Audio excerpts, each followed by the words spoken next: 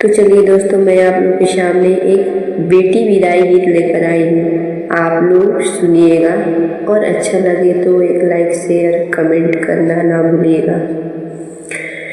पूर्व से डोलिया पश्चिम भयो पापा, लगी गईले चार कहाँ रहो। पूर्व से डोलिया पश्चिम भयो पापा, लगी गईले चार कहाँ रहो।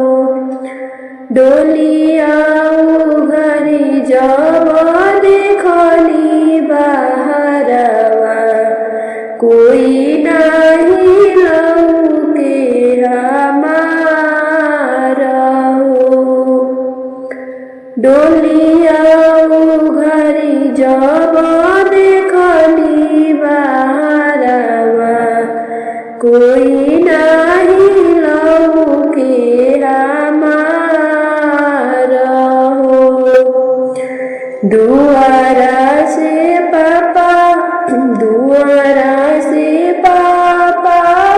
रोई रोई पूछे, कहाँ गईली बेटी हमारा हो।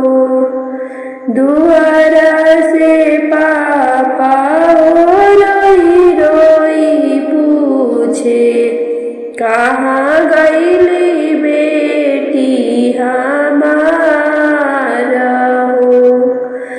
घर में से आमा हो रोवत आवे, पापा के लगी समझावे हो। घर में से आमा हो रोवत आवे, पापा के लगी समझावे हो। तोहर बेटी प्रभु गईली ससुरवा, चली गईली दियावा हमारा हो। चली गईली दियावा हमारा हो। दुआरे से भैया हो रोई रोई पूछे, कहाँ गईली बहिनी हमारा हो। कहाँ गईली बहिनी हमारा हो।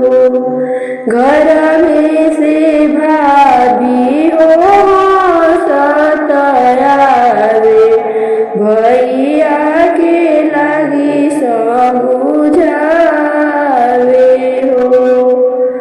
भैया के लगी समझावे हो। तोहर बहिनी प्रभु गईली ससुरवा, चली गईली बैरन हमारा हो। तोहर बहिनी प्रभु गईली ससुरवा, चली गईली बैरन